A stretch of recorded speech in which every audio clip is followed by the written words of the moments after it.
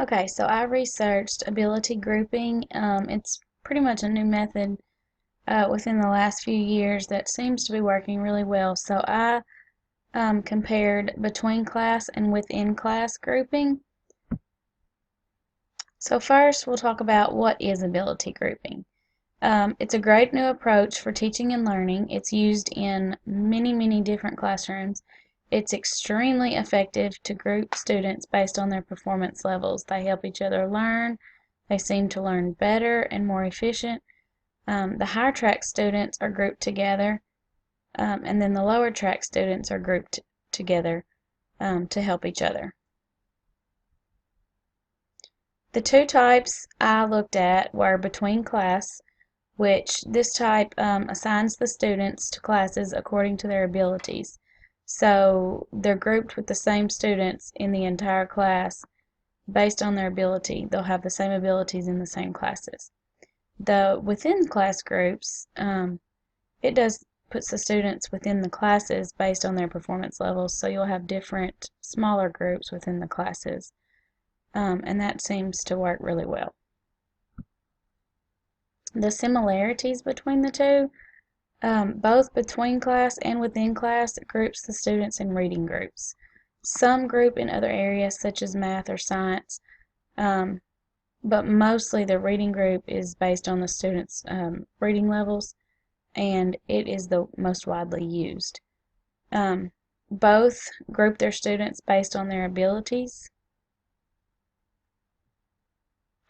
The difference is, the first one is the between class has been deemed ineffective. It's based on the fact that grouping is often done based on standardized test scores or measurements of general ability rather than based on the particular subject that they're being grouped on.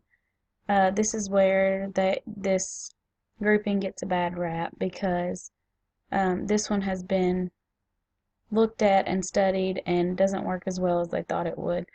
Um, there are very few benefits for the high track students, but there are many more losses for the low track students. Grouping the low track students together for a long period of time causes the students to receive very little positive role models, and the teachers set low expectations for these students because they don't really want to teach these students long term. It kind of has a bad reputation, and that's why it's not used as much. The within class, on the other hand, it seems to be very effective.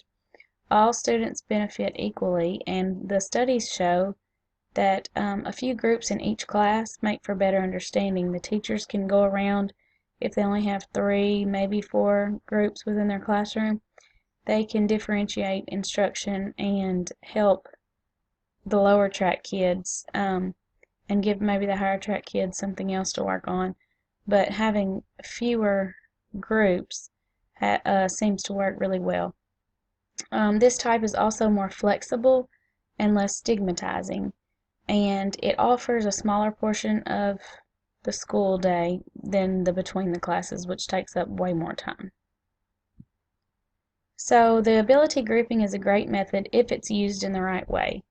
And basically within the class grouping is the best route to use for effective instruction.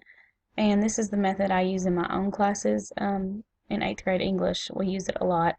And I find it very beneficial to my students. They love it. They seem to learn more and they're more involved with what we have going on in our instruction.